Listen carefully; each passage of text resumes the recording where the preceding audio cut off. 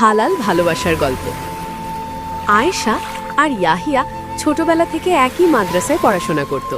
দুজনেই কোরআন তিলাওয়াত করত আর নীরবে একে অপরকে শ্রদ্ধা করত। কখনো অশালীনভাবে কাছে আসেনি, শুধু চোখে চোখে এক ধরনের নীরব সম্মান ছিল। সময় কেটে গেল, আয়েশার পরিবার অর্থকষ্টে পড়ল, তার বাবা অসুস্থ হয়ে পড়লেন আর ঘরে নেমে এলো দুঃখের কালো ছায়া।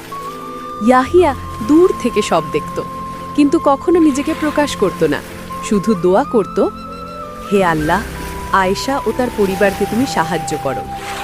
কিছুদিন পর আয়েশাকে পরিবার অন্য জায়গায় বিয়ে দেওয়ার সিদ্ধান্ত নিল।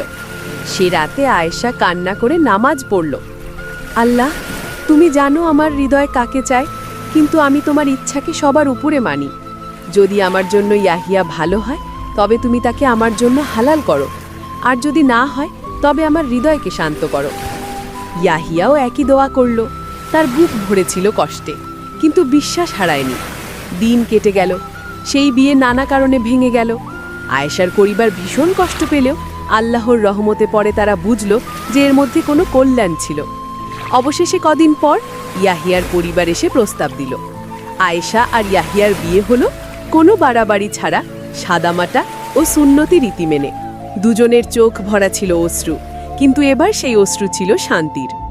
ইয়াহিয়া আয়েশাকে বলল, আমাদের পথ অনেক কষ্টে ভরা ছিল, কিন্তু আল্লাহর প্রতি বিশ্বাস হারায়নি, আর আজ আমরা একসাথে। আয়েশা মৃদু হেসে উত্তর দিল, হ্যাঁ, ভালোবাসা তখনই পূর্ণ হয় যখন তা আল্লাহর জন্য হয়।